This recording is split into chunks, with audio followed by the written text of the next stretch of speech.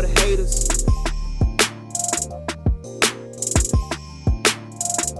A couple weeks ago.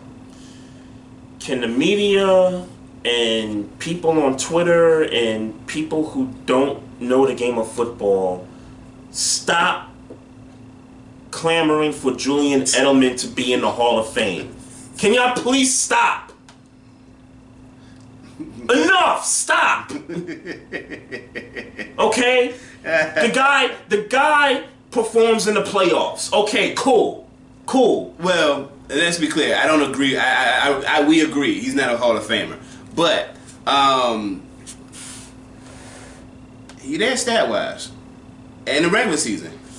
In the regular season? Let me. I feel like he has several 100-yard seasons. And I'm you mean 1,000 yards? 1,000-yard seasons. I mean 100-catch seasons.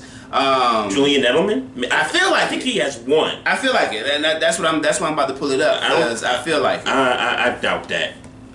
But no, he's not a Hall of Famer, and he's certainly not a Hall of Famer because he didn't do it this year. 74 catches, 850. But he was suspended. Wasn't he suspended this year? Yeah. Yeah, first 4 games. So 1 year he had over 100 catches. Okay, but we're not gonna sit here and poo-poo on 92 and 98 either, though. No, where he faced it. But come on, Maestro. No, he's not a Hall of Famer. Yeah.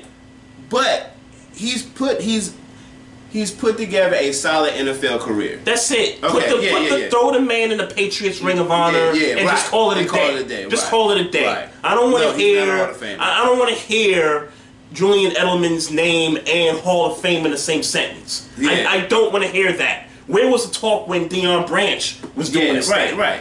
You know what I'm saying? He's not a Hall of Famer. He's not a Hall of Famer. Where was this talk when he was doing it? Yeah, where was the talk when Wes Welker was putting up back-to-back 100-catch seasons? Come on, man. Like, all of a sudden, Julian Edelman all of a sudden is a dude. I get it. His postseason numbers are solid. But you know what happens, though?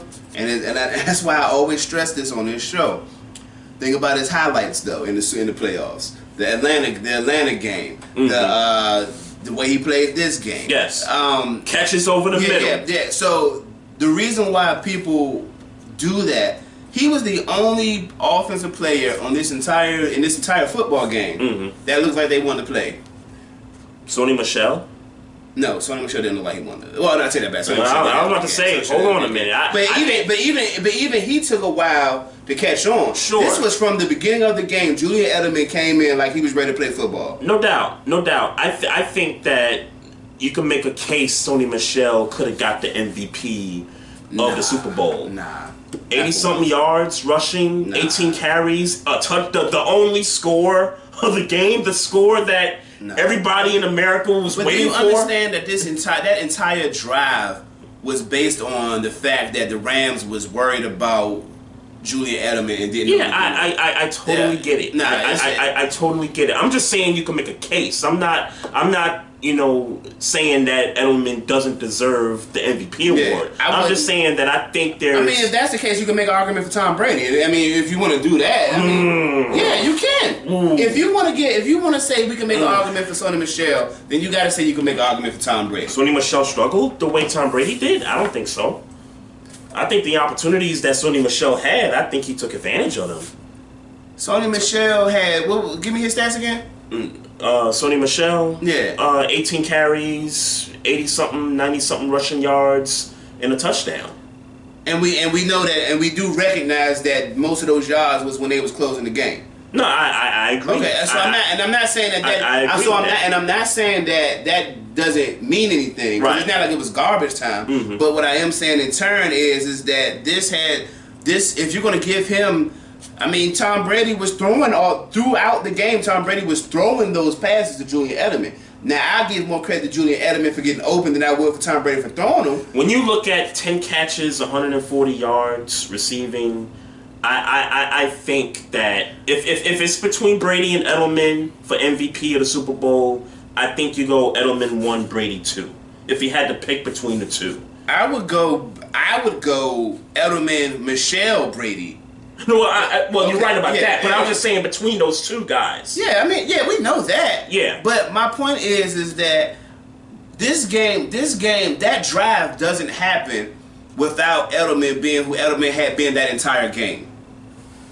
Yeah, I get that. So, but I just think Sony Michel, I think, deserves some conversation for MVP of the Super Bowl. I mean, and quite frankly, I think you could make a case for somebody. Enough conversation for it to be validated, though. To be validated, yes. So I think somebody. Sony Michel, in your mind, Sony Michel had a shot at being MVP. I thought he did. So you thought he was MVP? No, I didn't think he was. I'm just saying. I think that. You know, and obviously, you know, when you read comments and you see people talk about, oh man, Julian Edelman, he was the clear cut guy, and he was the clear cut guy. He was the clear cut guy. Michel was not the impact on that game, not near the impact on that game that Edelman was. Yeah, wondering how the chat room feels. Let me see. HRAP B, End of the Bench podcast. I see you up in here. Grego, I just got to give it to you, man. I'm not giving you shit. But still, hashtag mute Grego. I'm still on that. I'm not giving you shit. I'm still on that throughout the whole off season until next season. RC, what's going on? I see you up here in the chat. Who else? I saw somebody else come up in here. Gary Joyner. Oh, Gary Joyner is up in here. What's going on? Yeah, that's about it. Yeah, I'm not giving you shit, Grego. But I'm not giving you a damn thing. Oh my God, and this dude is saying Edelman is just like Troy Brown, who deserves the Hall of Fame. I'm like, all right, you a fan. I'm not even gonna entertain that comment, Grego. You a fan, so I'm not gonna give. H-Rap says the D gave up 3 points. The O scored 7. No way in hell someone on the O gets MVP. Okay. Who was the clear-cut, dominant defensive player in I don't think there was anybody. So how do you give it to somebody? I don't think it's clear-cut on the defense. Anybody, but I think there may be a couple of.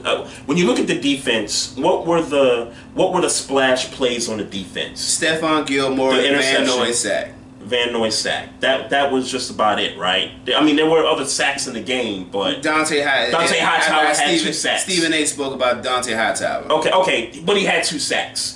2 sacks for him, 1 sack for Van Noy, the pick for Stephon Gilmore. Yeah, that's. I'm sorry, that's just ridiculous. It'd be who has the most valuable game. It's not enough splash plays on defense, and it's not even enough valuable plays. And to validate that, Maestro, look at the Rams' drives. The first 8 drives, all punts.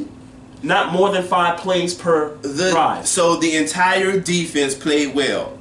You can't give the entire defense a MVP. Yeah. Now if the Rams was turning the ball over all crazy in those first 8 drives, then now you may be able to pick somebody off that Patriots D. H-Rap says Gilmore had an interception, a forced fumble, and 3 pass defenses. And that's more valuable than what Julian Edelman did? It didn't. The interception didn't change the game. No, I would reckon to say that it was a nail in the coffin. It was it was one of those things where, because if I'm not mistaken, correct me if I'm wrong, the touchdown drive came off of that interception. Am I tripping? No, that was after the Patriots scored. After the Patriots scored. Okay. That was after the Patriots. Yeah, so it goes back to the nail in the coffin theory. So that was he stopped He stopped the game tying touchdown. He stopped their rally cries more so. Sure. It was this was their time where they needed to do that. Right. And when there were questions about whether the Rams was going to ever see the football again, my immediate response was, they're not getting this ball back. Yeah. They're not. Yeah. you know what I'm saying? Look, I don't like the Patriots, let alone Brady, Julian Edelman, and all of those, and everybody included. Yep. Outside of Josh Gordon, and really, I don't like him. RC in the chat, and RC, I was saying what you're saying here. He says, "What about Deion Branch? He's a Super Bowl MVP, and his numbers are similar to Edelman's, but no one mentions him as Hall of Fame worthy." That's because he's not Hall of Fame worthy, just like facts. Edelman ain't. That's fact. But no, I think RC's point was that when Deion Branch was the MVP of the Super Bowl years ago, and when he was putting up those types of numbers, nobody questioned what was the score on that game. Huh? What was the score on that I don't know. What I'm saying is, and let's be clear, if I recall that game right, Deion Branch deserved to be the MVP. Was that the Eagles Super Bowl? Was that the one he won the MVP in? Yeah, against Philly? Yeah. Okay. But points were scored in that game. It's easier to judge an MVP on a game when nobody was scoring. Mm-hmm. Who was making the most impact? Right. He was shutting shit down the entire time. He was shutting shit yeah.